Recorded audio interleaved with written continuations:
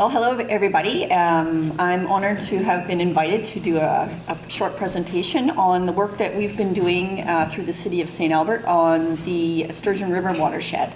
And as David mentioned earlier, it is, our location right now is just outside the Sturgeon River watershed, but hopefully all of the issues that I talk about here are going to resonate with the residents and the people who live within this watershed as well. So what I'm going to cover today is just a little bit of a background about watershed planning and why we wanted to do this. And then summarize a little bit about the state of the Sturgeon River watershed report that we completed last year.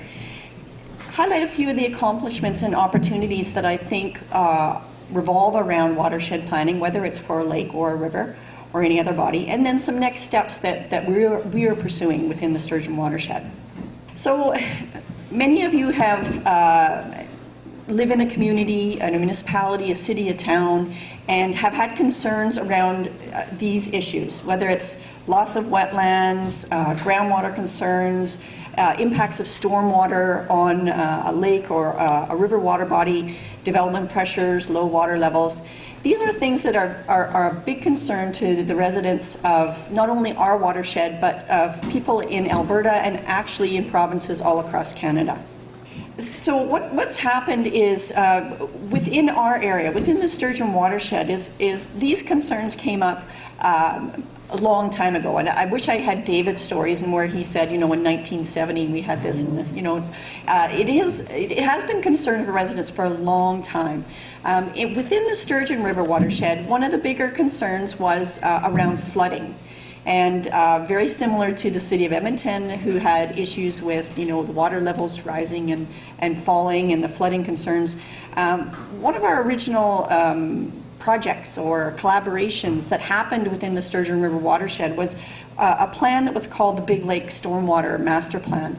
And it really revolved around even a smaller area than the watershed. It really revolved around Big Lake and the communities of Spruce Grove and Stony Plain, portions of parkland around Adam Creek, and then areas of Sturgeon County and the City of St. Albert. And what this report really did was, I won't go into the technical details, but what it really did was it provided a foundation for a collaboration between not only the municipalities, but government agencies and, in some cases, community groups. The next thing that kind of happened in terms of people wanting to do something about the Sturgeon River watershed, whether it be the river or the lakes within the watershed, was we tried to start up this initiative where we wanted not just the municipalities and the government groups to get together, but we wanted to get all the stakeholders within the watershed to sit down at the table and really talk about what the issues were and how we're going to tackle them. And this was actually the focus of a presentation I did at the Alberta Watershed Conference in March, and I know Walt and Myrna were there, and it was a little bit more lighthearted. What ended up happening was we failed. So we tried to get this whole great group of people together to tackle the issues within the watershed, and it didn't work out.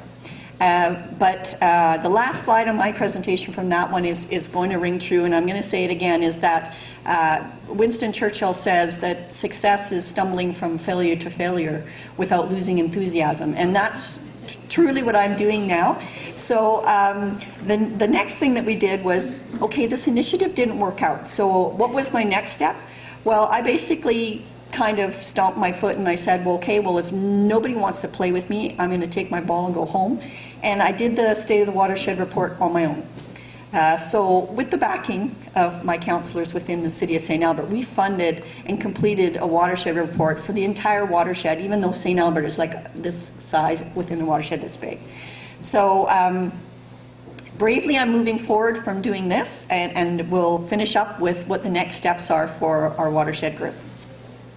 So in 2010, after the group didn't really work out and I'd had time to lick my wounds and move on, we decided we were going to move ahead with this State of the Watershed report.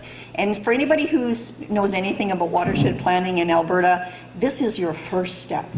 is to do a state of report. So there's very good guidelines put together by the Alberta government. Actually, Curtis, where's Curtis? There he is.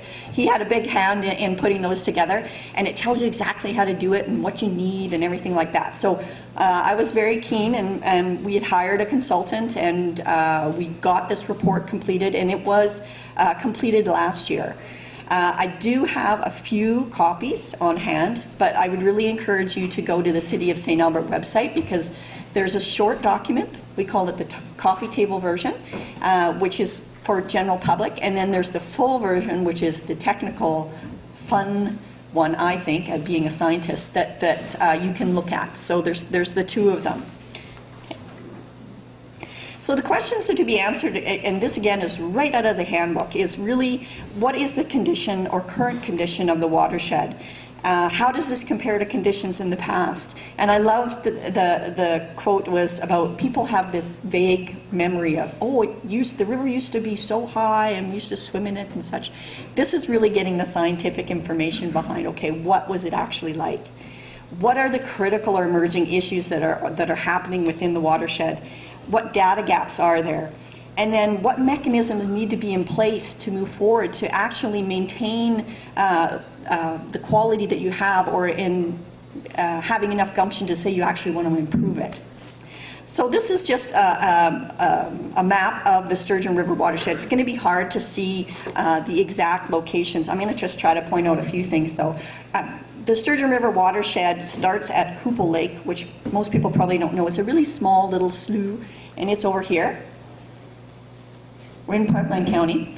And then the river runs through the major lakes of Lac St. Anne, Isle Lake, Big Lake, cuts through St. Albert, goes up to Gibbons, makes a right-hand turn, and connects into the North Saskatchewan River.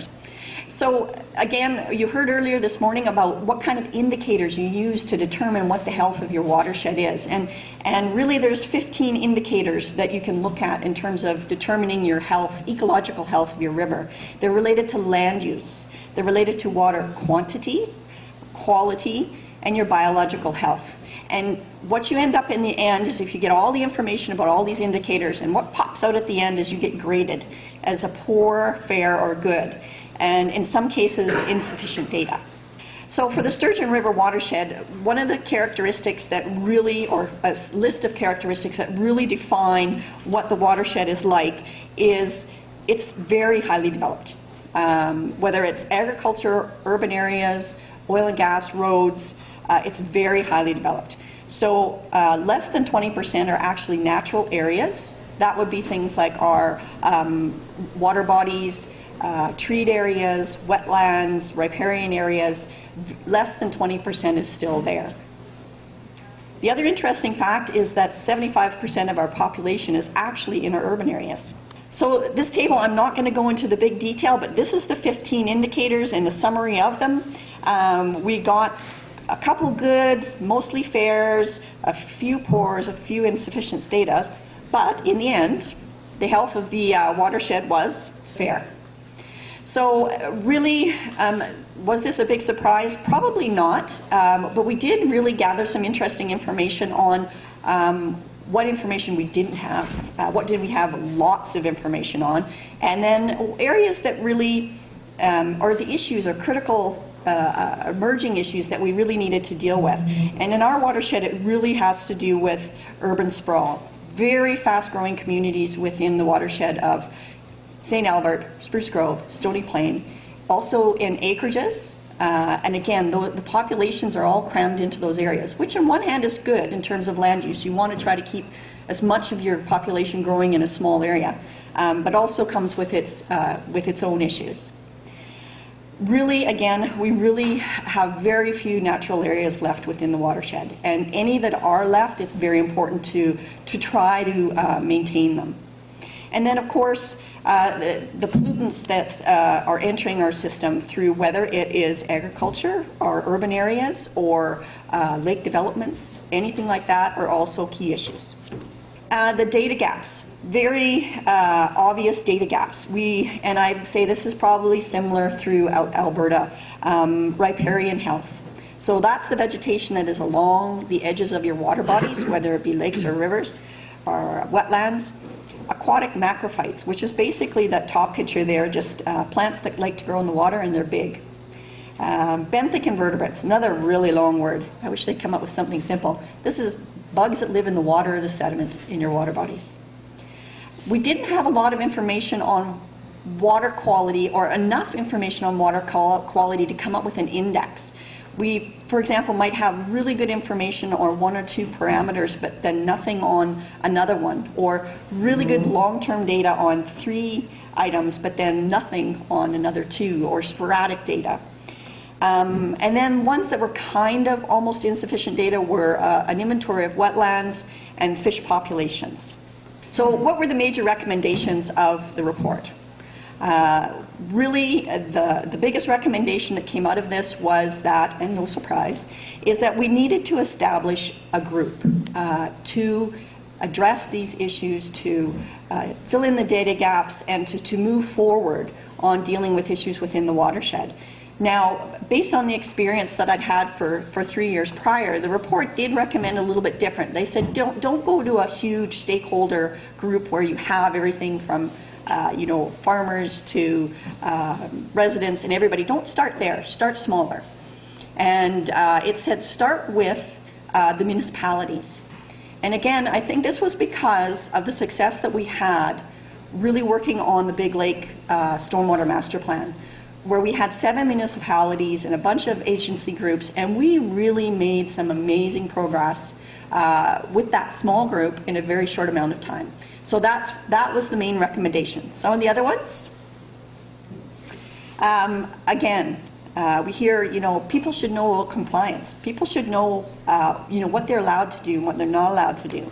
A lot of people they really care about their water bodies, but they don't realize that they're the water body's worst enemy. They don't realize that the impacts aren't coming from, one major polluter, on your river. It's coming from the multitudes of us who are on the river. And so we really need to educate people more about what they can do on their day-to-day activities that will help reduce impacts. Another big one, and I know that municipalities are really going to take a key role in any sort of watershed management, and that is because we are the major authority in terms of land use planning. And anybody who has worked on watershed planning long enough knows, and again, I wish I could get the quote written down. I think Tracy Scott was the one who said it from Ducks Unlimited, that your river is your report on how well you're doing with your land use planning. Because if you're not doing a good job on how you plan your growth and your development, then your river or your lake is going to be your canary in the coal mine. It is going to tell you you're not doing a good job.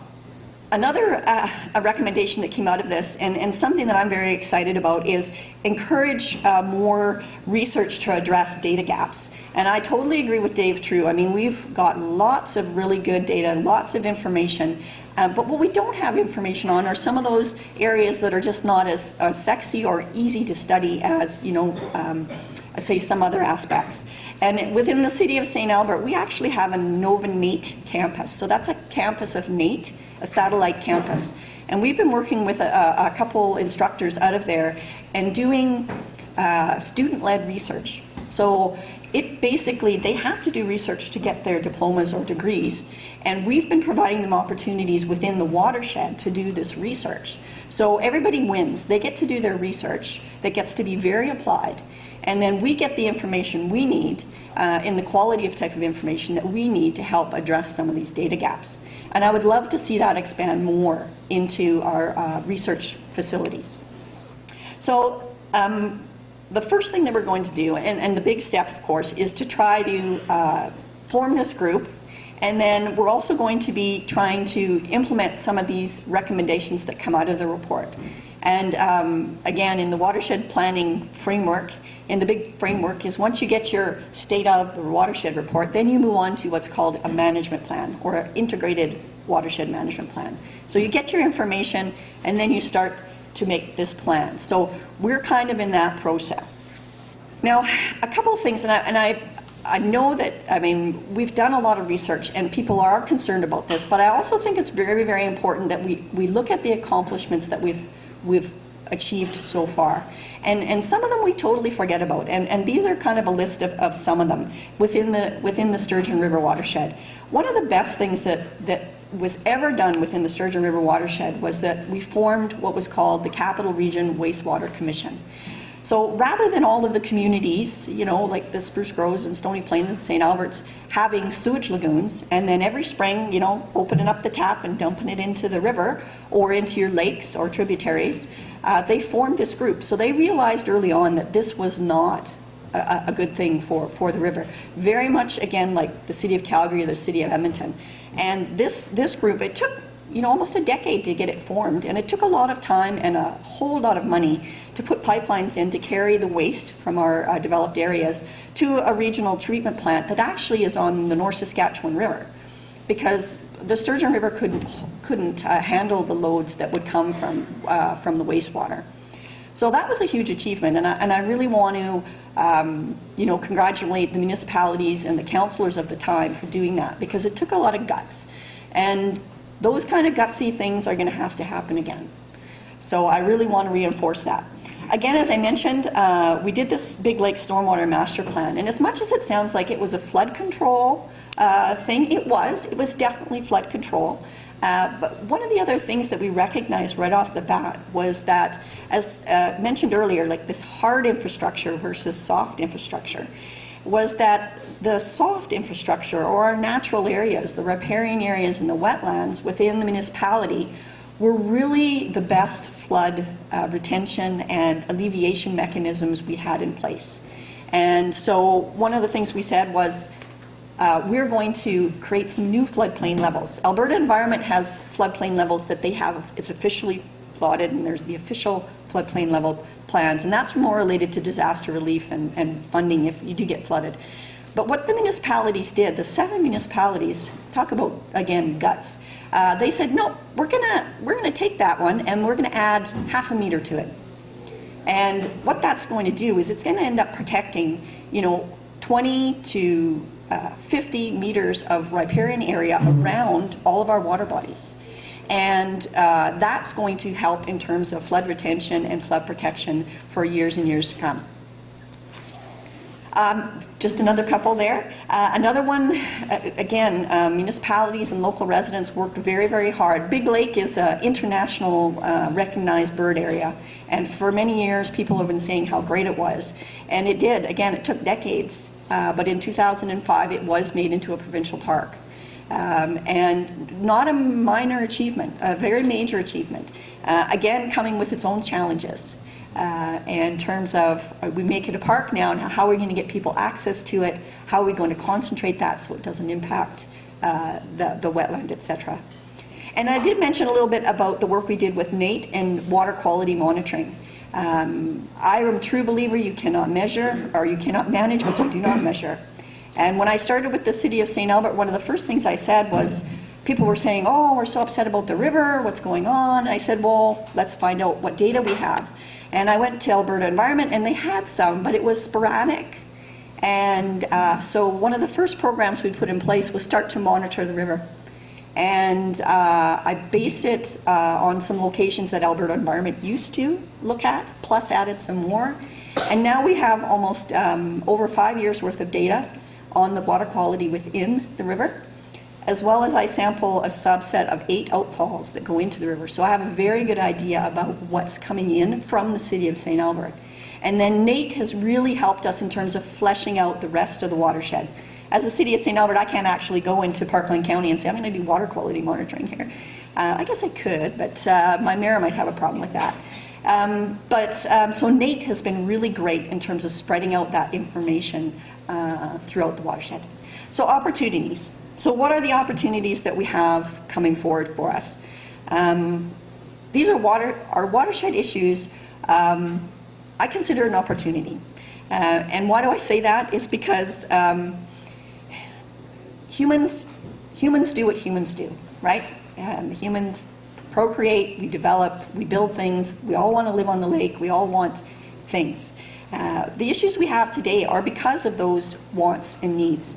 And the answers to these issues are going to be, again, answered through what our wants and needs are. We just have to look at it through just a little bit of wisdom, and what we really want to do. I always tell people this watershed plan, and people say, oh, it's great, I can hardly wait till the river gets back to normal, blah, blah, blah. It took us 100 years to get the river to the stage, or the watershed to the stage we're at now. And it will take at least 100 years to address the issues that are here. So we have to be very patient. The other thing that's an opportunity is aligning what we're doing in the watershed management, not only with the Water for Life strategy, which is the obvious duh one, but for us in the Capital Region, there's also the Capital Region Board principles. And it actually has a statement in there about watershed management. So there's an opportunity there for us to collaborate within the Capital Region to address some of these issues. Another great opportunity, and I'm always very grateful to the North Saskatchewan Watershed Alliance for their resources and their support, their understanding when I went through the tough times, and hopefully when I go through the good times. They've always been there for us. And as David pointed out, they have some great resources for residents as well as municipalities. And on the CRB, or Capital Region Board side, there is this new opportunity where there are some regional collaboration grants that are available, and we're going to be trying to tackle applying for some of that money. So this is just to wind it up, really our next steps, and we'll be meeting this Friday to try to, with all these municipalities, to try to come up with some terms of reference for this, getting this group back together. So far we've had one meeting and it was positive. I do understand it's a process and it may take time to get it completely done. Then maybe we can get on to it. We can do our terms of reference, we can talk about what are the big priorities, and maybe one of those big priorities is going to be lake management. I'm sure it's going to be on the list. If it's the top one or the second one, I'm sure it's going to be on the list. And then lastly, hopefully, I'm going to plug here for NSWA, and June 26th is their annual general meeting. And we're at the City of St. Albert hosting it at Hole's Greenhouses. And so I would welcome everybody to come there. There's going to be some more discussion about the role of municipalities in watershed planning.